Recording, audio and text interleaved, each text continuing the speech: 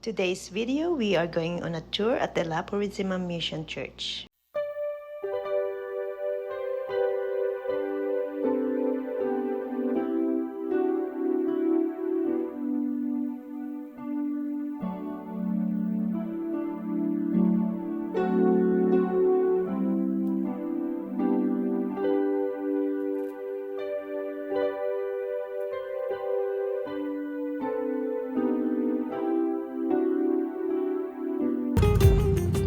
Here's the whole park. This is about 2,000 acres.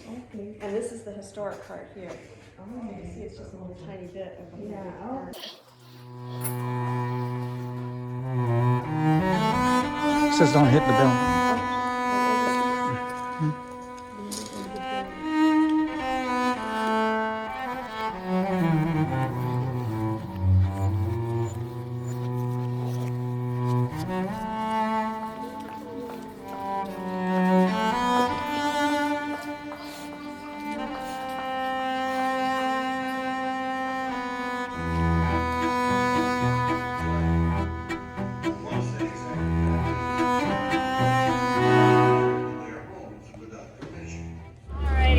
Welcome to Purísima Mission State Historic Park. My name is Emily and I get to be your tour guide as we explore today. Background information about Purísima. Purísima is number 11 out of the 21 missions that were founded here in California in an effort to colonize California for Spain. We were founded by Father Swain, who was the successor to Father Junipero Serra. He had actually passed away before our mission was founded. A lot of people ask that. Did Father Serra come here? No, actually, he did not.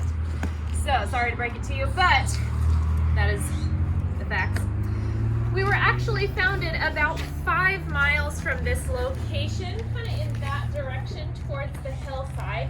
And they chose that location because it was close to several Chumash village sites. That was kind of an important determining factor when you're choosing a location for a mission. You're looking for where the indigenous groups are. Because the idea is that you're bringing the indigenous peoples into the mission and you're teaching them how to be Spanish citizens. That's kind of the whole point behind the missions. They're kind of schools for how to be Spanish.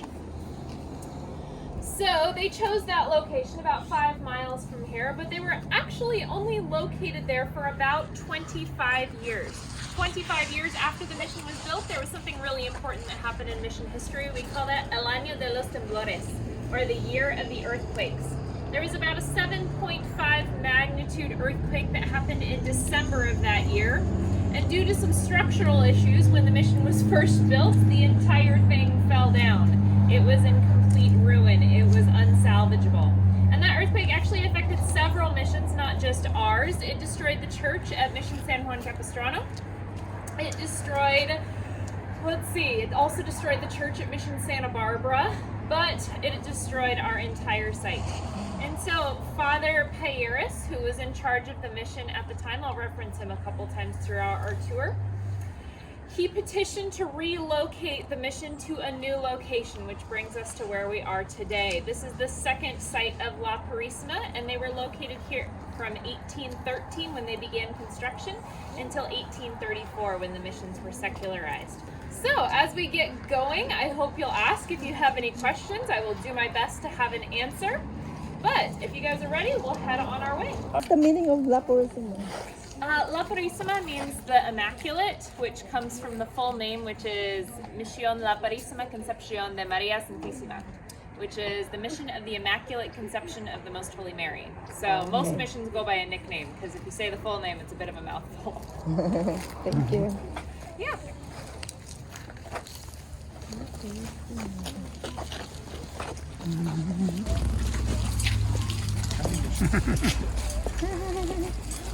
Oh. So usually we get a lot of confusion when people first arrive to the park. Their first question when they come up to the visitor center is, so where's the mission? I don't see the mission. Or is that Adobe building out front the mission? Is that it? Is that all there is to see? It's rather confusing, and I don't blame you. Those 2 Adobe buildings, by the way, are the infirmaries for the mission. But show the them. rest of it is hidden behind this tree line just behind me. Oh, And wow. believe it or not, this tree line was actually planted on purpose to almost give a sense of stepping back in time to see what life might have been like for the Spanish and for the Chumash people who lived here 200 years ago.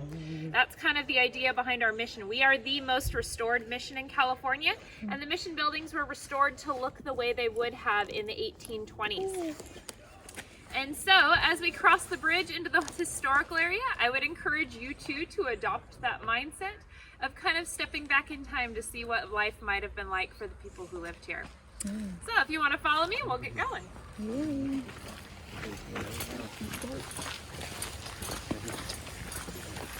Yeah, I didn't even see this. This is the church. Wow. Look at this, the ship.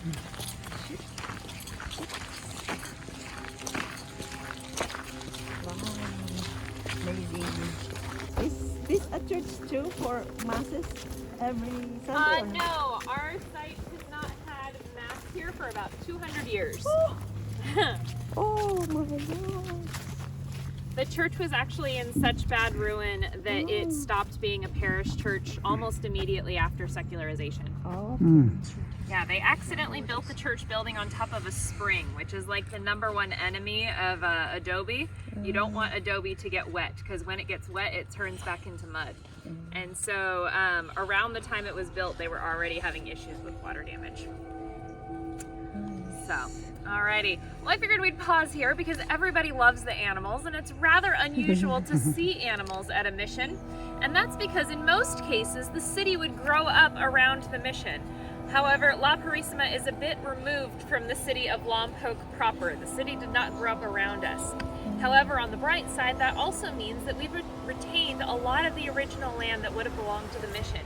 We still have just under 2,000 of the original 300,000 acres that would have belonged to the mission in the 1820s. And because we've got some of that acreage, it enables us to have examples of some of the animals that would have been introduced to California by Spain. You'll see we have some of our Navajo churro sheep. There would have been around 10,000 sheep here during mission times. Those sheep would have been used for wool production, for making blankets specifically. We've also got a couple of pigs over here. Actually, today's wild boars are descended from the pigs that were introduced to California. We've also got some of our longhorn cattle over there in the corner. There would have also been around 10,000 of those guys during mission times.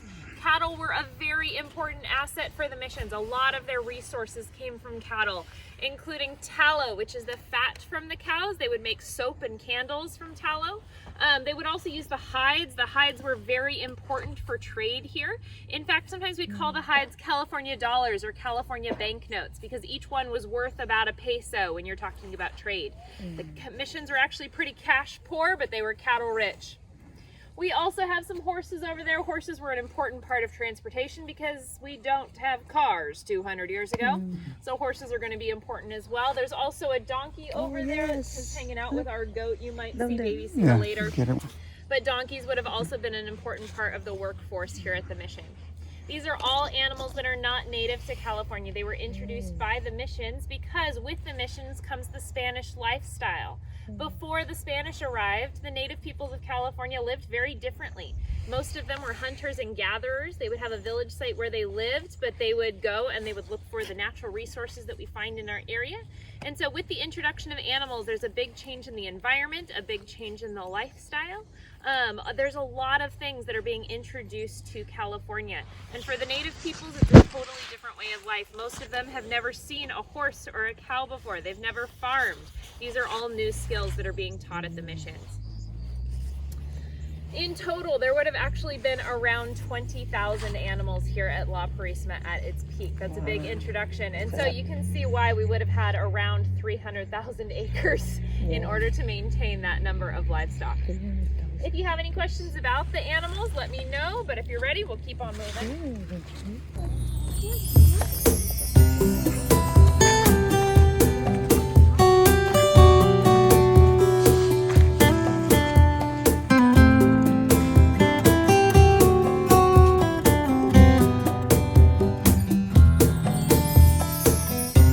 El tiempo que me dejaste fue un momento difícil. voy a pararme y no me dejes ir. El tiempo me dejaste. Why didn't they just rebuild at their first site, that location about 5 miles from here? Well, there was a bit of a problem with that first site. While it was close to several Chumash villages, and that was advantageous for bringing in new converts to the Catholic religion, there was also a disadvantage, and that being that the first location was on the other side of the San Ynez River, which before it was dammed used to flood annually. The word Lompoc is actually a Chumash word that means standing water.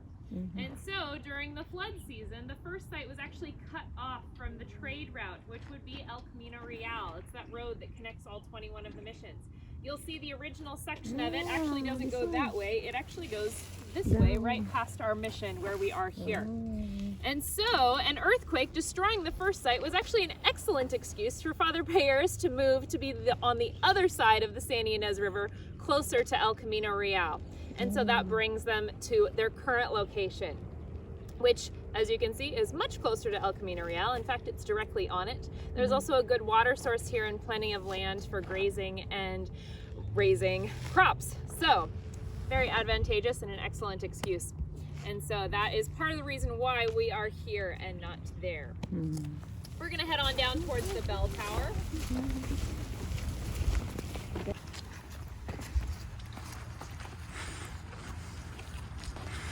So I always like to pause by the bell tower because bells are a rather iconic part of missions. In fact, even El Camino Real today is marked by bells. And that's because before people had cell phones and watches to tell them what time it was or when they had to be someplace, bells were an important way of regulating your life. And kids will even recognize this today. Bells usually tell you when class is over or when lunch is starting. We even have bells that we ring for emergencies, such as fire alarms. They were used very similarly during mission times. They would have a bell that woke them up in the morning. They would have a bell that told them when to church. In fact, they went to Mass 3 times a day during the mission era. And that's really important because a big part of learning to be a Spanish citizen, that's kind of the job of the missions, is teaching the native peoples of California how to be Spanish citizens. So when they're going to Mass, they're not just learning about the Catholic faith, they are also hearing the Spanish language spoken, because that's going to be an important part of being a Spanish citizen. And they're also learning about the Spanish culture. And there's no separation of church and state at this time. And so a big part of the Spanish culture is the Catholic faith.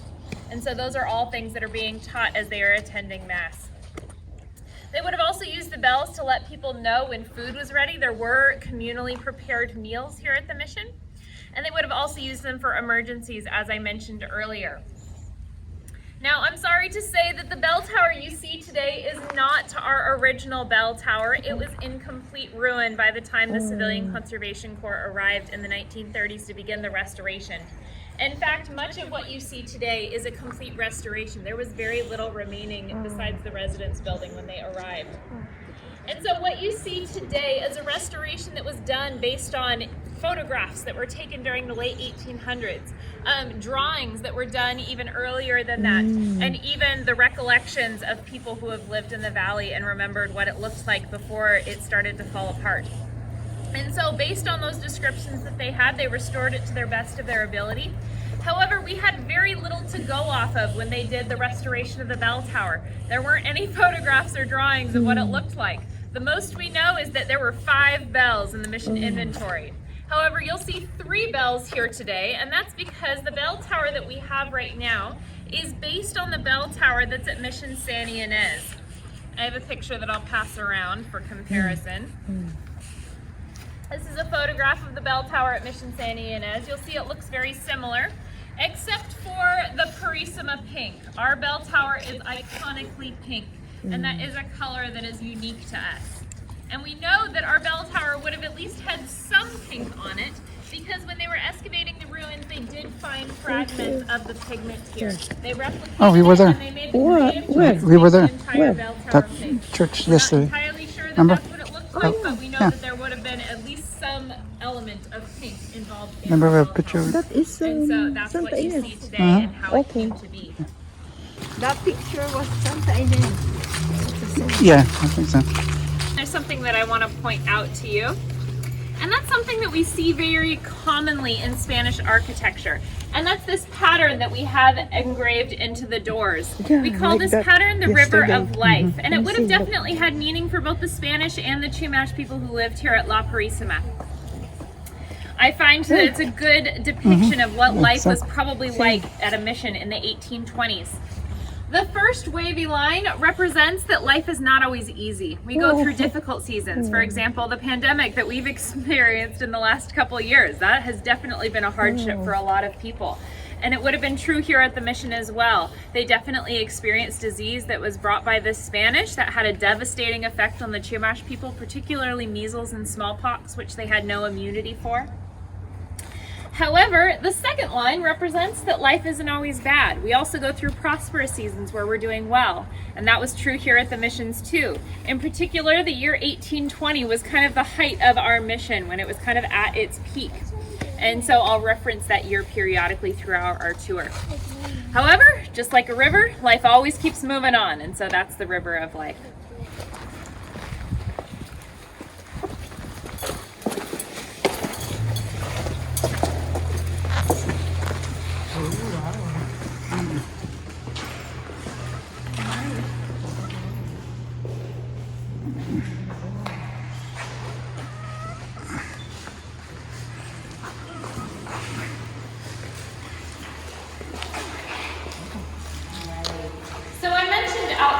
That large portions of our mission had to be restored, and we can see evidence of that when we actually look at the floor. From where I'm standing on towards the back of the church, you'll notice that the floor tiles are much dirtier. They aren't laid evenly. This is actually what remains of the original floor. So when you walk on this section, you're walking on 200-year-old tile. It's the same tile that the Spanish church actually walked on. From where I'm standing on towards the front, this is a complete restoration. This was everything that was gone and had to be replaced.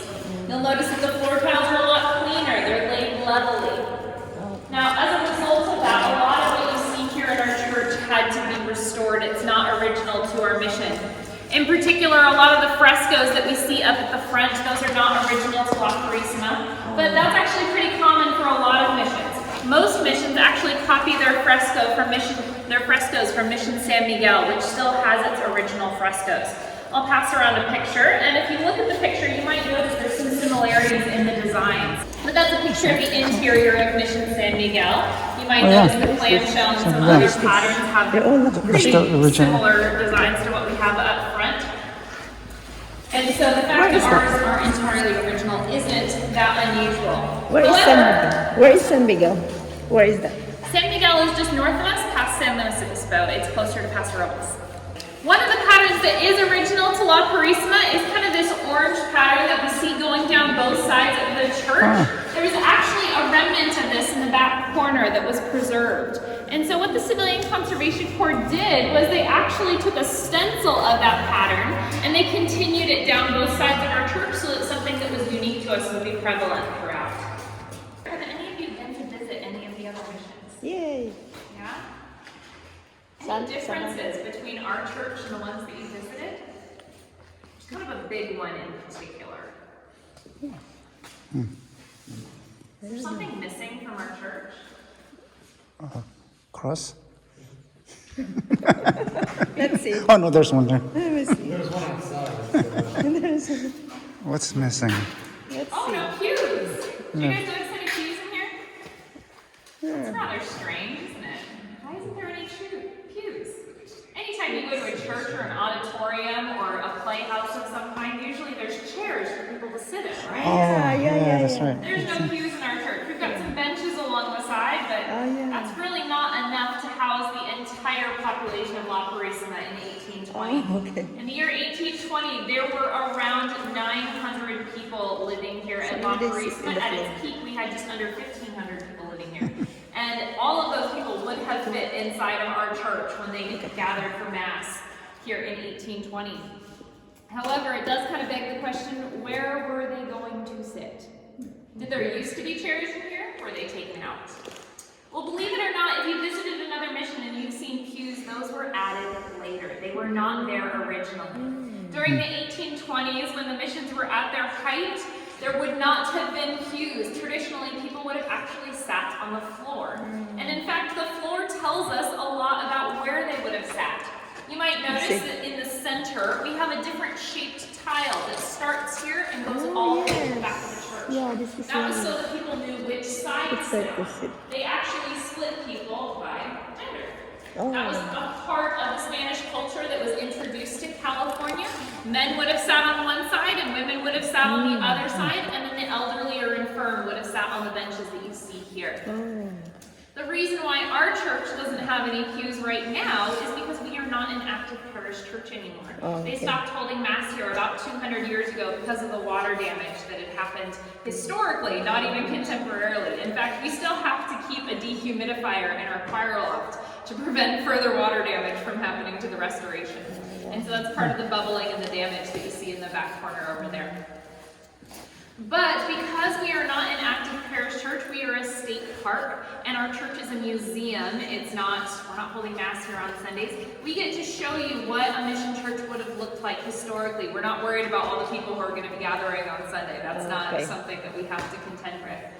And so, this is how it would have looked 200 years ago. People would have sat on the floor. Now, because this is not an active parish church, this is a deconsecrated site, that makes something else that we have in our church kind of unusual. So I'm going to invite you guys up onto the stage in just a second, but before you come up here, I want to make sure you take note of the plaque that we have up here on the front. It says Father Mariano Payeras, OFM, which is the Order of the Friars Minor, that's the Franciscans. And you might remember Father Payeras' name from when I started our tour. He was the one who petitioned to relocate our mission from its first site to where we are today. In fact, he was even the president of the missions for a period of time and relocated the mission headquarters from San Francisco down to La Purísima during his tenure.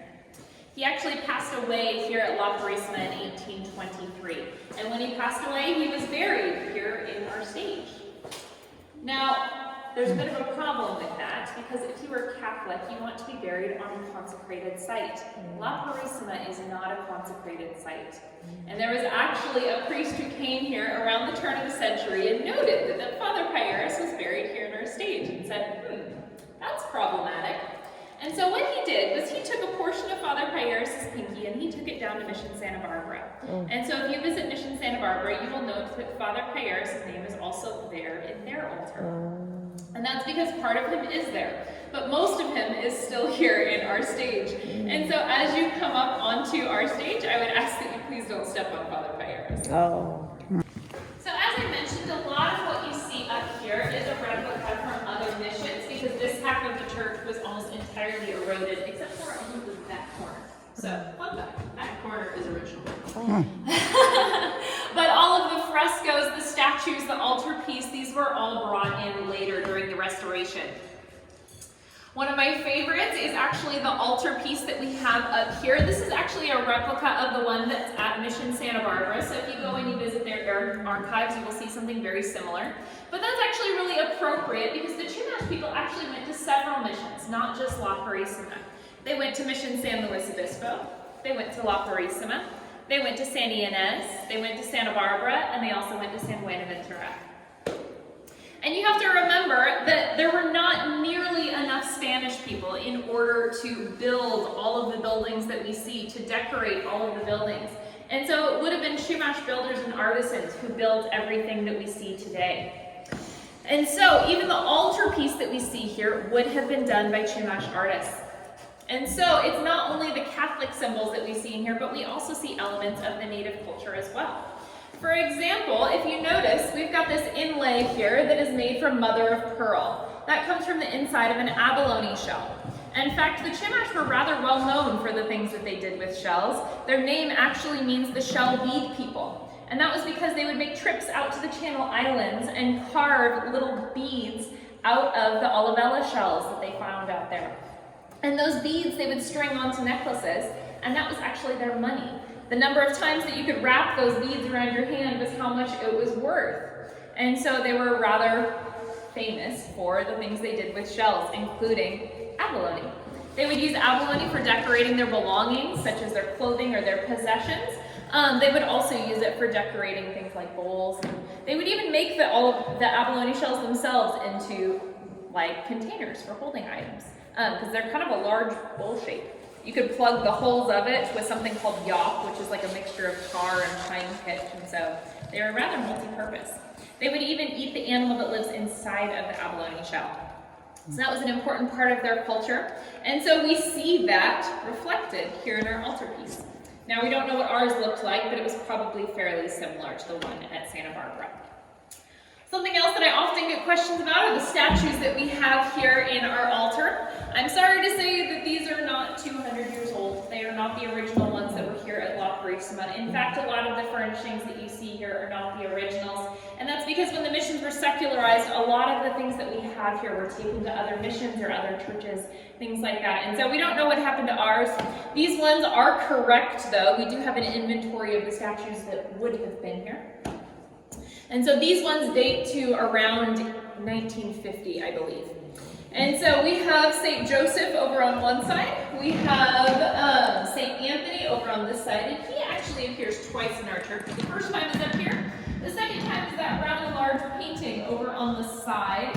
One is titled St. Anthony's Apparition. And that one does date to the mission era, by the way. That one is about 200 years old. Well, actually closer to 250. I think it dates to around 1750.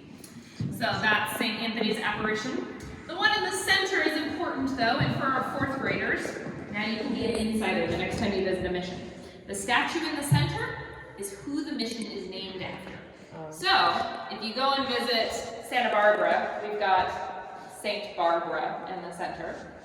If you go and visit San Buenaventura, St. Bonaventure is in the center.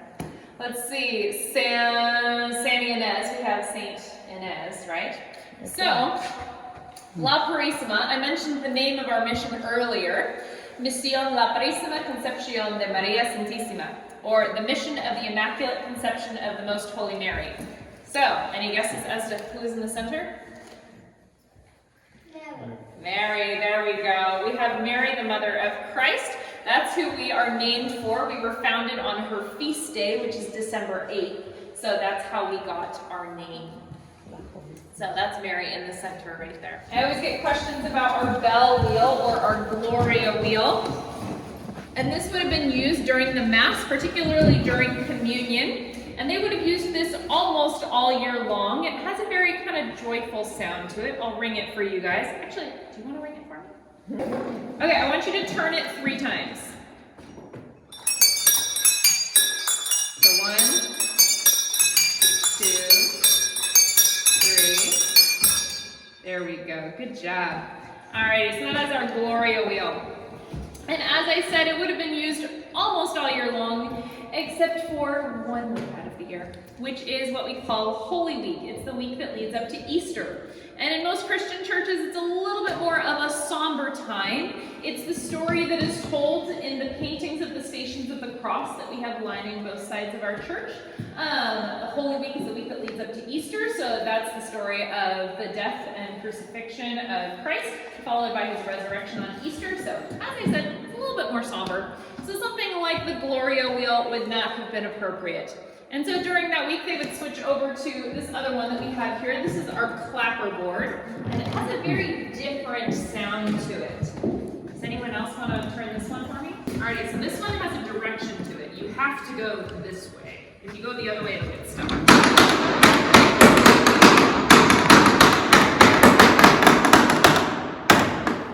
job.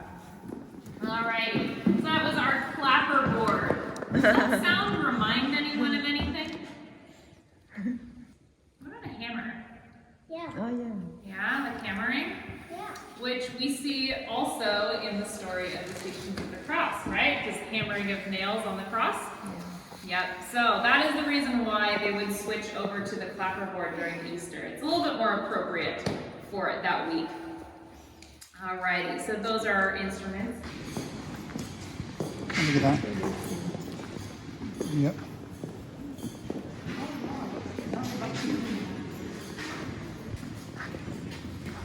Alrighty, so we got asked about confession. We do have a confessional booth here in our church. This one is also not original to La Purísima, I'm sorry to say. We have two of them here at our mission. One of them is here, the other one is located in the Padres private chapel. Both of them are replicas that we got from other missions. This one, I believe, is this the one at San Ynez? I think this one might be the one that's at Mission San Ynez. So the other one, I believe, is a replica of the one at Mission San Buenaventura. While we're back here, I will also point out the baptismal fount that we had here. And I like to point this one out because it would have definitely been a transition point for Chumash people coming to the mission. When you are baptized into the Catholic Church, you are now considered a member of that mission community. And there's a commitment that goes with that. It's kind of a transition point for becoming a Spanish citizen, because as we said, that's a big part of being Spanish, is also being Catholic. You were also given a new name when you were baptized. So they would have had a different name back in their village, but when they're baptized into the church, they're probably given a new name. One of the ones that we see rather commonly is, we see a lot of Maria Concepcions or Jose Concepcion, very much a new identity, a new way of life. There's also a commitment that goes with that. You were expected to stay and be committed to that community. After you were baptized into the mission church, it was expected that you wouldn't leave. And if you left because of that commitment, you would be brought back. What's up there? That is our choir loft. So during Mass, like 200 years ago, we would have a whole bunch of people up there and they would sing. And the reason why they would go up there is because we don't have microphones. I got that. Because microphones need electricity, right? So we don't have electricity 200 years ago. So the next best thing is to make your voice echo. Does your voice echo in the church? Does it echo? Yeah, a little bit? Yeah. So the higher you are, the more it echoes. And the priest does his homily, he stands up high too. Yeah. And then he's got like this thing that kind of looks like a paper plate on the top of him. It's called a sounding board. And that was so that his voice waves would like bounce off of it and make a bigger echo. Spain is using to colonize California. And that happens a lot when you have church and state go together. So you see a lot of mixed motives. In the case of California, which I think it started to rain outside, so this is one of my next points anyways, you kind of have to ask the question of what was Spain doing here in California in the first place when you visit a mission. And that actually comes back to our little friend, the sea otter. I'll pass around some images here. Sea otters play a very important role in that part of history, and that's because we have a neighbor up to the north, Russia, who is just across from Alaska, and they had already gone to Alaska and they were engaging in the sea otter trade there.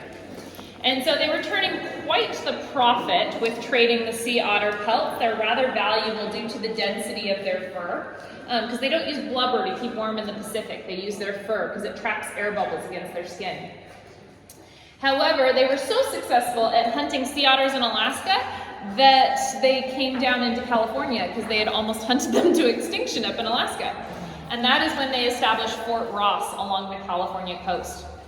However, when the King of Spain, King Carlos III, hears about Russia in California, he starts to panic because Mexico is just south of California and they had always intended to come up into California.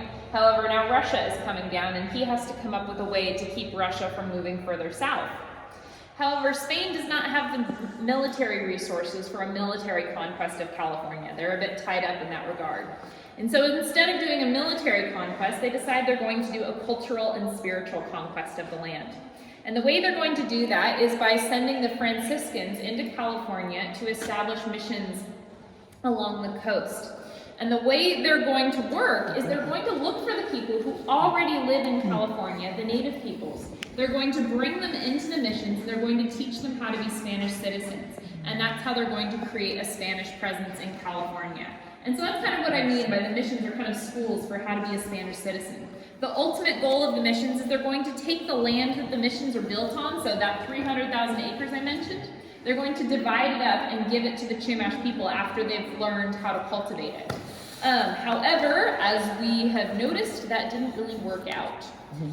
Ultimately, Mexico has a revolution and they decide to secularize the missions because they don't want to inherit Spain's mission system. And so they end up going up for auction instead of being divided amongst the native peoples. So that plan obviously didn't work out. But that was kind of the primary intent of Spain, is they're going to teach the people who already live in California how to be Spanish citizens. They're going to have them cultivate the land and create a Spanish presence here. So we're going to head on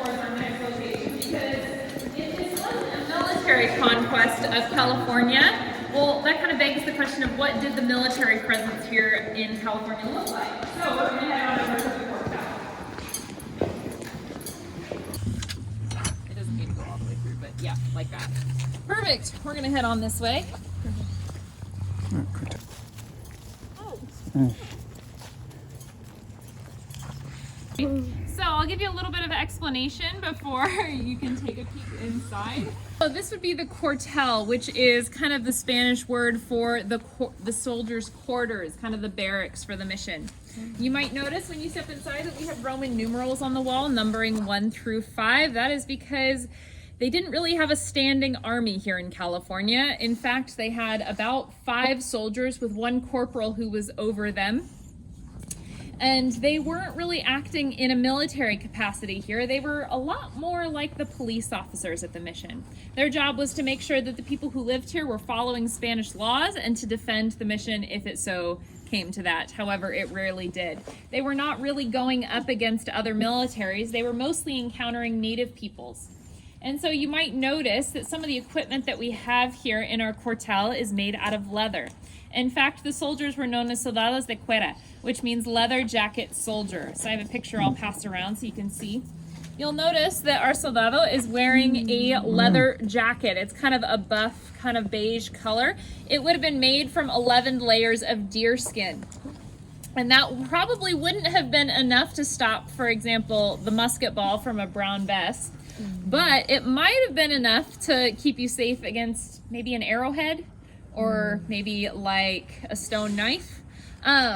So that's kind of the conditions that they're working in. Even their shields are not made from metal. They are made from 2 layers of rawhide that are stitched together. And so most of their equipment is made from leather. However, the upside is leather is also a little bit lighter than metal. It's easier to carry around. So there's that.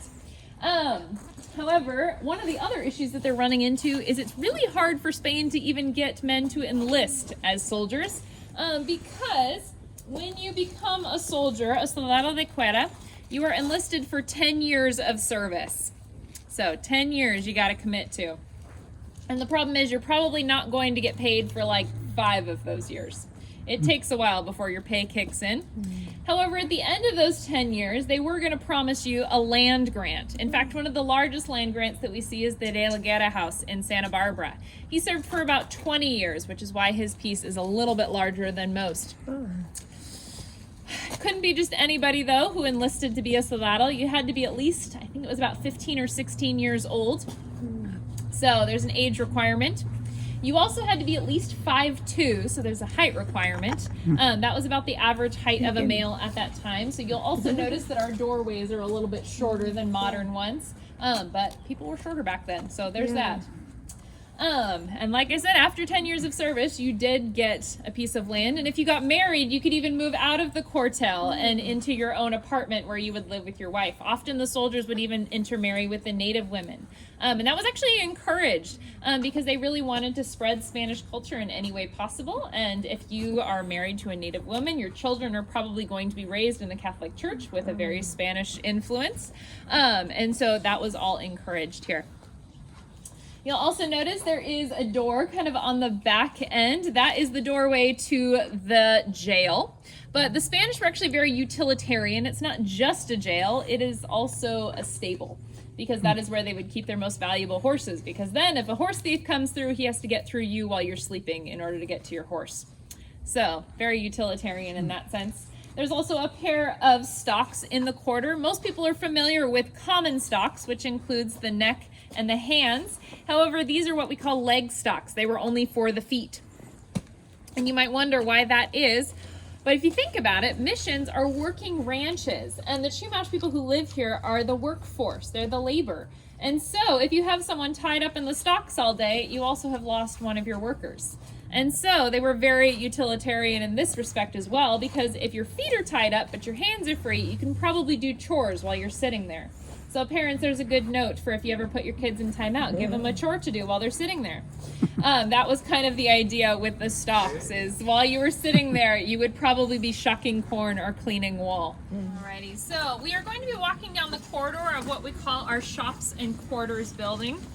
Shops and quarters was where the married soldiers would live, as well as the master craftsmen of the mission. The mission would hire several master craftsmen to come up from Spain or Mexico, and their job was to essentially be the teachers here at the mission. The Chumash were very new to things like weaving and pottery and blacksmithing, farming, even being a vaquero, a cowboy, or even a shepherd. All of these things are new and they need teachers. And so those master craftsmen would have their own apartment because the missions really struggled to pay them monetarily. So the next best thing is something that we call goods and services. And so in essence, they would be given room and board here at the mission. This would include an apartment that included a common area as well as a bedroom where the entire family would sleep. And then often they would get paid in things like chocolate. Probably not milk chocolate, probably dark chocolate, but that would come up from South America, and that was one of the ways that they would pay their workers. And so we're going to be continuing all the way down to the end of the corridor, mostly because a lot of these rooms look very similar. Most of them are apartments or other workshops. We're going to be going into one of the workshops on the end, but just so you know, that's why I'm passing over a bunch of rooms, is because they all look alike. So if you want to follow me. If you have been to visit other missions, you might have noticed that La Purísima doesn't really look like the others, and that's because most missions are constructed in the shape of what we call a quadrangle. Quad meaning four, so four sides. They're built in the shape of a square. La Purísima is what we call a linear mission, and actually it's the only linear mission in California. And that comes from an issue that started down at Mission Vieja, the old mission, the first one that they built. The problem with a quadrangle, I'll pass this around so you can see, this is an artist rendition of what the first mission would have looked like. It is built in the shape of a quadrangle. Quadrangles are defensive structures. The idea is that there's one way in and one way out. And this was because they only had 6 soldiers to defend it. And so if you've got one entrance and one exit, it's a whole lot easier to defend your structure. However, having one way in and one way out is also a bit problematic when we're talking about emergencies. So in an earthquake, if you're trying to get everyone out the same door, you've created a funnel, which isn't exactly very safe. Now, thankfully, nobody died in the earthquake of 1812. They all made it out. There were some injuries, but like I said, no casualties, so thank goodness for that. But Father Payeras didn't want to chance that again. And so when they constructed La Purísima, he decided not to build in a quadrangle. He decided to build a linear mission, which is what we have here. We've got 3 buildings that are all built in the shape of a big, long line, right? And as we walked down shops and quarters, you might have noticed that there's a whole bunch of doors going down that building. And for every door that we see here, there's another door opposite it, opening to the courtyard where a lot of the work would have been done.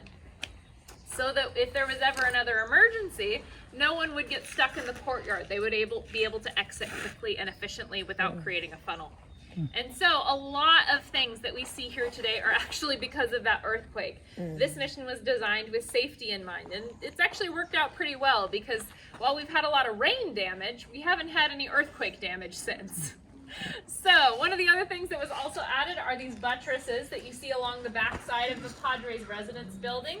These are actually as deep into the ground as they are tall. And so that was one of the other reinforcements they added.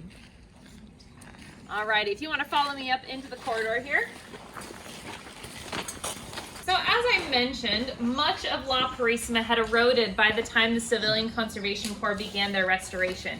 However, this building that we are at right now is the longest standing, and that is partially because it was in the longest use. When the missions were secularized in 1834, La Purísima was put up for auction. When it was sold, it was actually turned into a working ranch. It stayed a ranch for a while. It had a couple of different owners, and it even spent some time as a saloon, believe it or not. Later, it was purchased by the Union Oil Company. They came out here to do some prospecting, looking for oil here on the property. However, that was actually a little bit of a bust. And because that was a bust, they started talking to the California Landmarks Foundation. They said, hey, we've got some historic buildings on our property. Are you interested? They did try to raise funds to begin restoration at that point. However, it fell through. And so it wasn't until the 1930s when we have the Great Depression and Franklin Delano Roosevelt establishes the Civilian Conservation Corps to try and put young men back to work and teach them workable skills, that La Purísima becomes one of their projects and is fully restored. And that took place from 1934 up until 1941 when World War II begins. And then most of the enrollees in the Seas actually went straight into World War II. And so some of our buildings have still not been restored because of World War II. They were slated for restoration, but it didn't quite work out that way. But the neat thing is, because this building was the longest standing, when we look at it, we can actually see some of the history when we look at the columns, mostly because these are not made from adobe. These are made from brick, and therefore are some of the longest standing features. In fact, when you look at that first pillar right there, you might notice some bullet holes, probably from when the mission spent some time as a saloon. Maybe someone was doing some target practice. We don't know. There's two pictures on that one. You can flip it over and see the other side. You'll notice there was an adobe wall that was actually added in the corridor, and that was from when the mission spent some time as a ranch house, because they added some extra walls to make stables in the corridor. And so there's a lot of different things that show its history. Graffiti, and so that is still here today, which is kind of cool. Right here, by the way, is the Padres private chapel. It's very similar to the main church, and so we'll skip over it for now, but you're welcome to come back to it later. Symbols. Yes, sir. We're going to head on inside of this room right here. Are these the original tiles? Some of them are, yes. Some of them have been replaced, but you can kind of tell the difference between the original ones and the ones that have been replaced. It's a mixture, though. It's a mix. Oh, yeah. So, welcome to the unfinished room. Any guesses as to why we call it unfinished? Doesn't have anything. I know, right? Kind of weird. Well, when the Civilian Conservation Corps began their restoration, they did extensive work to figure out how each room might have been used.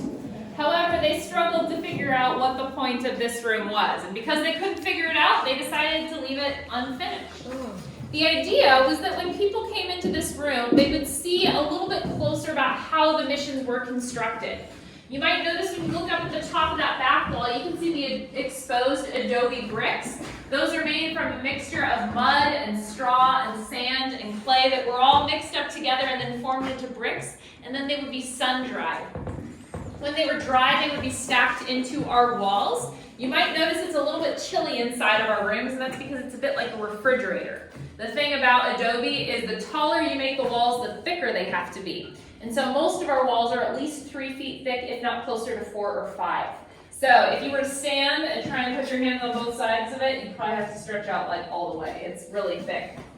And so those are the adobe bricks. But then, in order to protect our adobe from moisture, we want to put plaster on top of it. That lime plaster helps preserve the adobe so it doesn't melt in the rain like we've had so much of lately. Obviously, our mission is still standing, so it's working pretty well. In order to get that lime plaster to adhere to the adobe, they would carve cross-hatching lines into it and fill those lines with plaster and broken pieces of pottery, so that it kind of had a harder surface to stick to. And so that's what you see lower below the exposed bricks on top. But you might also notice there's some concrete mixed in there. That is not historic. That was added by the Civilian Conservation Corps because of modern earthquake standards that were developing during that time period.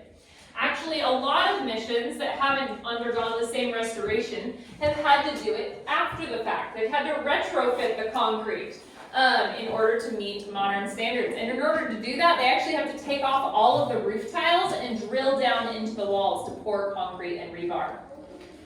Thankfully, our mission was basically gone when they put that in, and so they didn't have to retrofit it. They could do it on the front end of things. And so that's why the concrete is there.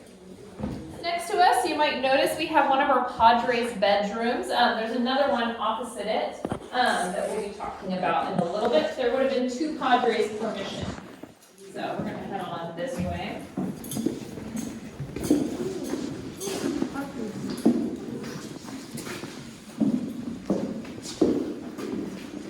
So welcome to La Sala, which is the guest here, you would have been greeted rather warmly because, as we mentioned, the Spanish were greatly outnumbered by the Chumash people who lived here, and they were eager to hear from home. And so they were very excited when people would come up from Santa Barbara or even as far away as Spain. You would be welcomed very warmly. They might have had some entertainment for you when you arrived. They would have definitely put you up in the guest bedroom. You'll see the guest bedroom just through that way, and it's actually the nicest room that you will see here at the mission. It was 5-star accommodations in 1820s California. And that's because part of the Padres' hospitality was to give their guests the best of what they had. And so you'll notice there's a 4-poster canopy bed in there. Let's see. Also, we would have also had a house servant who lived in the Padres' residence. That would have been just down that hallway next to the wine cellar. And then just directly down that hallway is also an indoor bathroom, which is rather unusual for an 1820s house. Usually we think they would have an outhouse, right?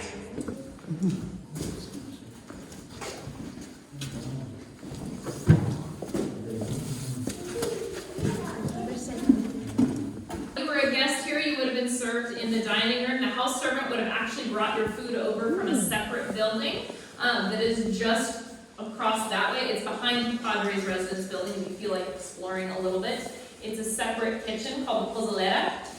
They would have brought the food in from, and then you probably would have been served on some of our blue willow china. This does not come from California. It had to be imported. Most of the time, they probably would have dined on plates that were made here at the mission, and probably a little bit less nice. These came over from England in particular. England was rather fascinated with some of the Eastern designs that they saw in China and Japan, and so the blue willow china developed. So it's not Asian in particular, it's actually more English than anything else, but the Padres were rather fond of it, and so they had it imported for use when their guests came. And that in and of itself is a little bit of a trick, because the problem is the missions have a rather big task to do here. They have a large population to care for and not a lot of resources to do it. And so how are they getting blue willow china? They don't have a lot of money for purchasing this kind of stuff. And they have another limitation. They're only supposed to trade with Spain and Mexico. And the problem is, Spain and Mexico don't check in very often. In fact, they check in maybe once or twice a year. So a little bit of a saying develops. God is in heaven, the king is in Madrid, the Pope is in Rome, I'm here in California, what can they do? And so in order to get things like our blue willow china, they actually had to engage in a little bit of illegal trade. That was one of the ways that they would get the resources that they desperately needed in order to care for the mission community, as well as some luxuries like the china that we see here. So they start trading with anyone who comes up to their shores. In particular, we have the UK, we have America, we also have people from other parts of the world coming here as well, bringing them the resources that they need. However, as I said, the missions are a bit cash poor, and so one of the ways that they would actually get things like our blue willow china is by trading rawhides. I mentioned earlier that sometimes we call those rawhides California dollars or California banknotes, because each one of them is worth about a peso. And one of the biggest purchasers of mission hides is actually America. People from Boston like to come over to the missions and purchase our hides because they can take them back to Boston and turn them into belts for machinery, or even shoes for people to wear back on the East Coast. And so they were a common purchaser, and one of the ways they would often get some of the other resources that they needed. And so that's a bit of the story behind our blue willow china. It did not come from Spain or Mexico. That is much simpler, for example, than a guest bedroom. There's a cot in the corner. It's also a single bed. There's some mirrors on the walls, but they're a little bit too high for staring at your reflection. So they're not really there for vanity. They're actually there to reflect light. And that's because when you became a Franciscan priest, you took 3 vows. One of poverty, one of obedience, and one of chastity. So, chastity, you're not allowed to get married, so priests were single. That's why we have a single bed. They also took one of obedience, so they were supposed to be obedient to God and to the government, although they're kind of breaking that a little bit by trading with foreign nations, but we'll ignore that for a second.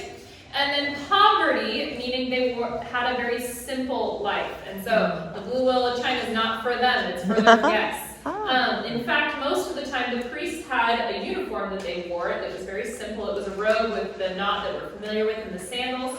In fact, they weren't even supposed to wear undergarments, including socks.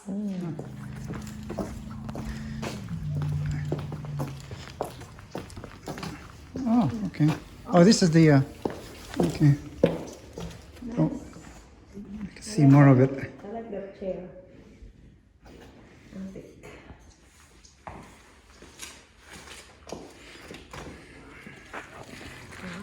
Look at this.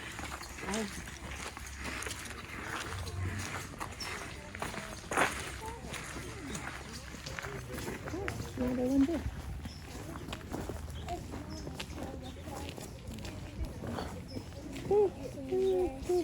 When you visited our demonstration garden, you could see examples of some of the plants that are native to California and introduced. A lot of them you might notice have plaques underneath them that will tell you the name and how it was used here at the mission. And so that's kind of what this is here. This was planted by the Civilian Conservation Corps. However, the fountain that you see just behind me, this is original to the mission, and it's semi in original condition. It did need some restoration work. This is what we call our Padres fountain, and this would have been the drinking water source for the mission. Rather convenient that it's here, because if it wasn't, you would have to hike about a mile out to the spring in order to get your water. We have an aqueduct that carries the water from the spring down to the spring house, where it would have been filtered using a system of sand and charcoal, gravel, things like that. And then it travels down a series of clay pipes to our Padres fountain. And this is actually only the first stop. The water here would have been used for drinking water, but after it came through the Padres fountain, it's going to take another trip via another series of clay pipes down to our second fountain over here.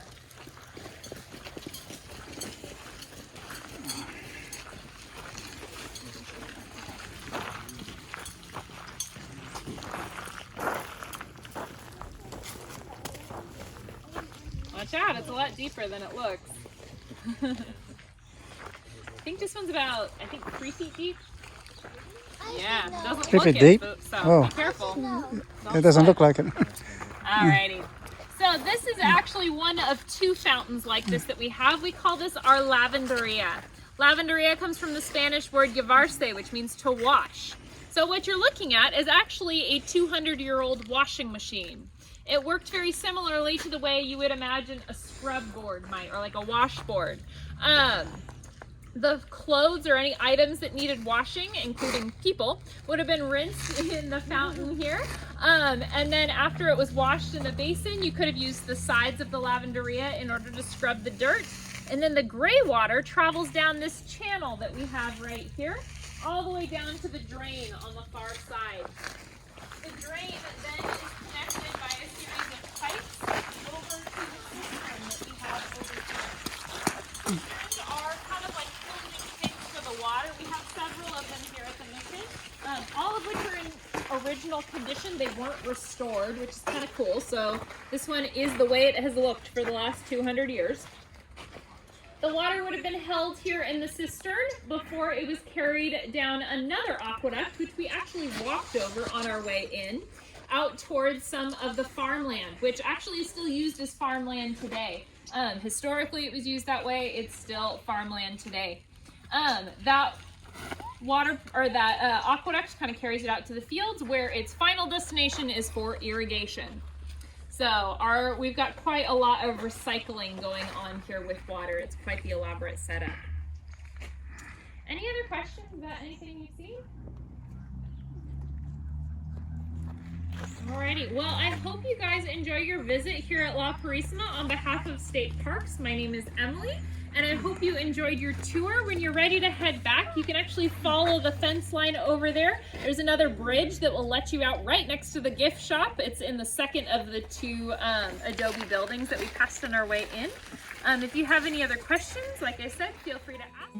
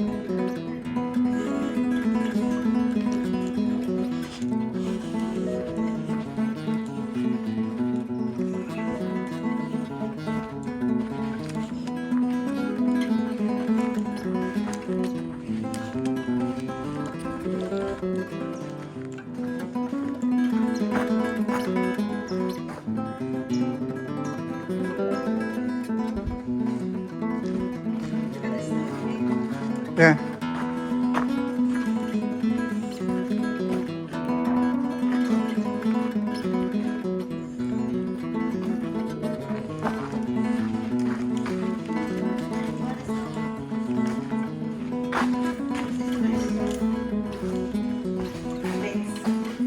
Oh, yeah, the plates.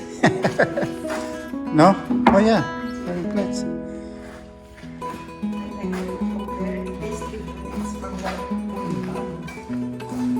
The grill, huh?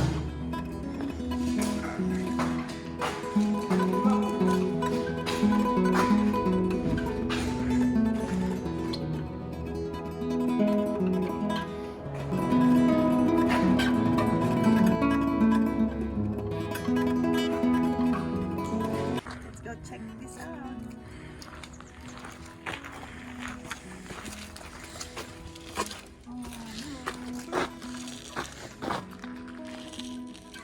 Oh, this is a cemetery. Right there.